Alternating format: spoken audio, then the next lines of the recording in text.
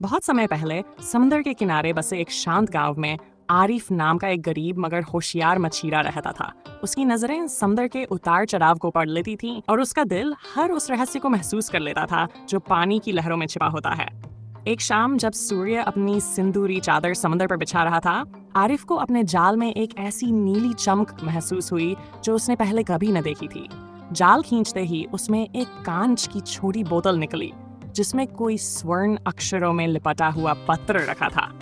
पत्र में लिखा था, जो शीशे के महल में कैद है उसकी सिसकियां समंदर सुनता है। अगर तुम दिल से उसकी पुकार सुन सको तो वह तुम्हें अपना भाग्य सौंप देगी। आरिफ को लगा यह कोई कहानी है, लेकिन उसी रात उसे सपने में एक आबदार नीली नीली आंखों वाली शहजादी दिखाई दी जो शीशे की दीवारों में कैद थी। उसकी आवाज आरिफ को पुकार रही थी। सुबह होते ही आरिफ एक पुराने नक्शे की मदद से समुद्र के उस रहस्यमयी हिस्से की ओर निकल पड़ा जिसे मौत का खूना कहा जाता था।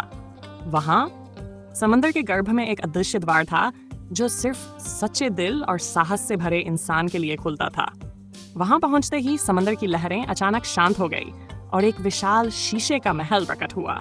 महल इतना पारदर्शी था कि उसका हर कमरा, हर छत और हर दीवार जैसे रोशनी में घुली हुई हो, मगर उसके भीतर हर चीज जमी हुई थी, जैसे वक्त ने वहां सांस लेना छोड़ दिया हो।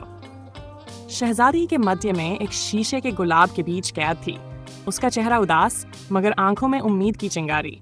आरिफ को पता चला कि शहजादी एक पुरानी रियासत की वारिस थी जिसे एक ईर्ष्यालु जादूगर ने श्राप देकर शीशे के महल में कैद कर दिया था। उसकी मुक्ति सिर्फ उसी इंसान के हाथों संभव थी जो कभी लालच ना करे, कभी झूठ ना बोले और समंदर से दोस्ती निभाए। आरिफ ने अपनी पूरी ईमानदारी, मछली पकड़ने की रस्में और समंदर से सीखी गई हर चाल को आजमाया, लेकिन आखिरी दरवाजा नहीं खुला। शहजादी ने उसे देखा और धीरे से कहा, सच्चे प्रेम के बिना यह महल नहीं टूटेगा। जो बिना किसी स्वार्थ के किसी को बचाने आए वही मेरा उद्धार कर सकता है। आरिफ ने कहा, मैं तुम्हें नहीं जानता, लेकिन तुम्हारी आज़ादी मेरी जिम्मेदारी बन गई है। अगर तुम आज़ाद नहीं हो सकी तो मेरा समंदर मुझे कभी माफ नहीं करेगा।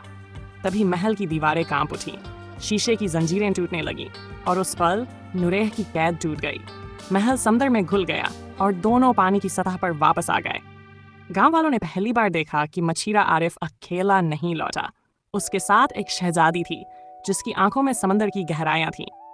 कुछ दिनों बाद एक छोटे से किनारे पर शहजादी और मछीरे का नई जिंदगी का महल बना, जिसमें ना शीशे थे ना श्राप, सिर्फ विश्वास, प्रेम और समंदर की कहानी थी।